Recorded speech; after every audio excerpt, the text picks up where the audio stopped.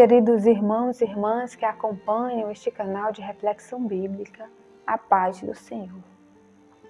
O Evangelho de hoje, Mateus 10, do 1 ao 7, nos apresenta a missão dos 12. Estes foram constituídos por Jesus com a mesma missão que a sua, proclamar o reino dos céus e realizar as obras que testemunham a chegada do reino. O texto articula-se em 3 momentos: a investidura apostólica, a lista dos 12 e o envio, com o limite da missão e orientações acerca do comportamento missionário. Pois bem, vejamos alguns pontos importantes desse texto. No relato anterior, Mateus 9, dos versículos 35 a 38, Jesus encheu-se de compaixão ao ver o seu povo como ovelhas sem pastor e disse aos seus discípulos que rogasse ao Senhor da colheita para enviar trabalhadores para a sua colheita. É, pois, da compaixão de Jesus que surge o discurso missionário. É Ele quem chama e envia os discípulos em missão. Jesus chamou os 12 discípulos. O número 12 tem um valor simbólico. Evoca as 12 tribos de Israel e representa uma continuidade de Israel através de Jesus e seus 12 discípulos. As promessas feitas a Abraão e seus descendentes no Antigo Testamento seriam cumpridas no Israel restaurado, composto por todas as nações e raças, conforme o último capítulo de Mateus. Aos 12, Jesus deu autoridade para expulsar os espíritos impuros e curar toda doença e enfermidade. O que aqui é traduzido por autoridade ou poder vem da palavra grega exousia e refere-se a uma força de origem divina que capacita o ser humano para a prática do bem.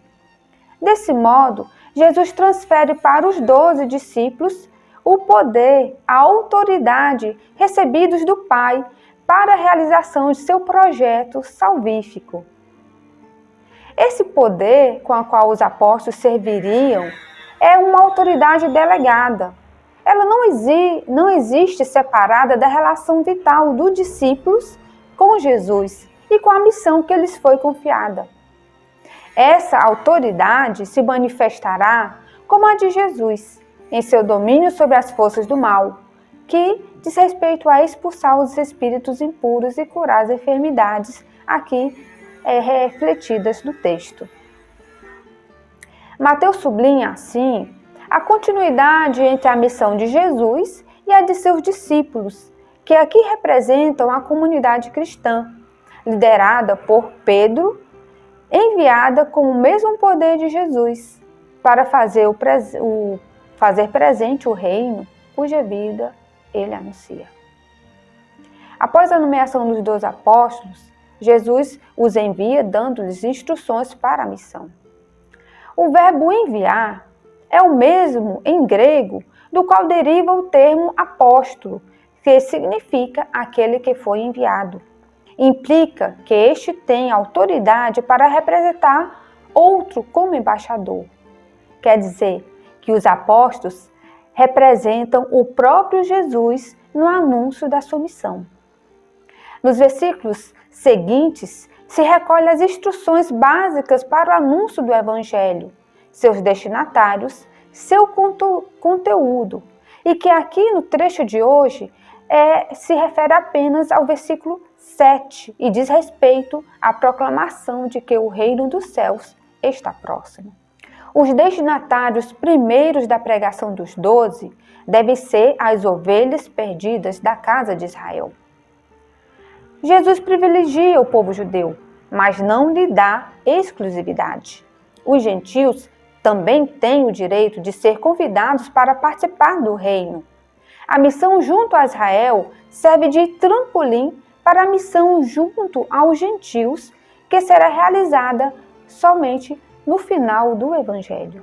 O relato de Lucas, em Atos dos Apóstolos, mostra como o Evangelho foi anunciado primeiro aos judeus, depois aos samaritanos, depois aos prosélitos e finalmente aos gentios.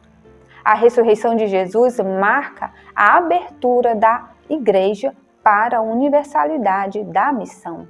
Aqui nesse versículo 7, a missão dos discípulos consistirá em anunciar que o reino dos céus se aproxima.